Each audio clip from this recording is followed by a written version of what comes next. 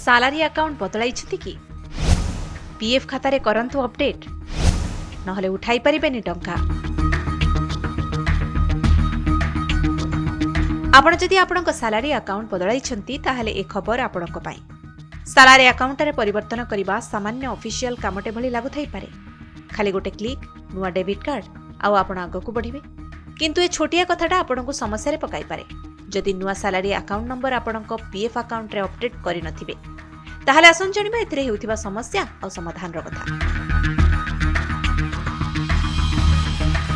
जेतेबेले आपण निजर दरमा आसुथिबा बैंक अकाउंट बदलांती किबा चाकरी बदलांती एभଳି स्थिति आपणक पीएफ टंका उठाण समस्या होई पारे। ए समस्या बाबदरे अधिकांश लोकंकु जणा न थाए। हेले कोनोसी जरूरी परिस्थिति रे जेतेबेले पीएफ टंका उठाइबा को बाहरंती सेतेबेले हटहटा हो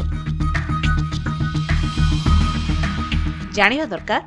पीएफ अकाउंट रे बैंक अकाउंट आपे आपे अपडेट हुए नाही। सरल अर्थ रे कहिबाकू गले जेतेबेले केही बैंक अकाउंट बा चाकरी बदलांती आपणक एम्प्लॉयर सैलरी रिकॉर्ड सिना बदली जाए किंतु ईपीएफ खाता अलग भाबे अपडेट करिबाकू पड़े।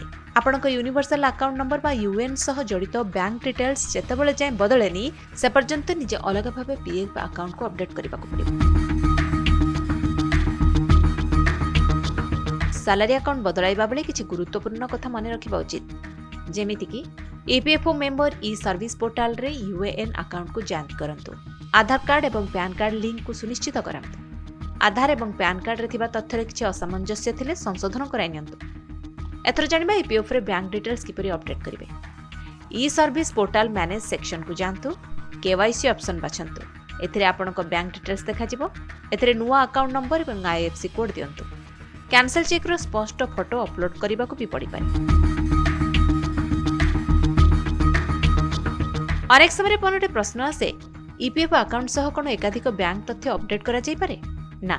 आपणक ईपीएफ अकाउंट रे केवल गोटिए एक्टिव थिबा बैंक अकाउंट डिटेल्स देई परिबे कारण आपणक पूरा कैरियर रे यूएएन नंबर मात्र थरे मिले। तेणु जदि आपणक सैलरी अकाउंट बदले ताहले तुरंत नुआ बैंक अकाउंट को ईपीएफ अकाउंट रे अपडेट करंतु एवं निश्चिंत रहंतु। ब्यूरो रिपोर्ट कनक डिजिटल।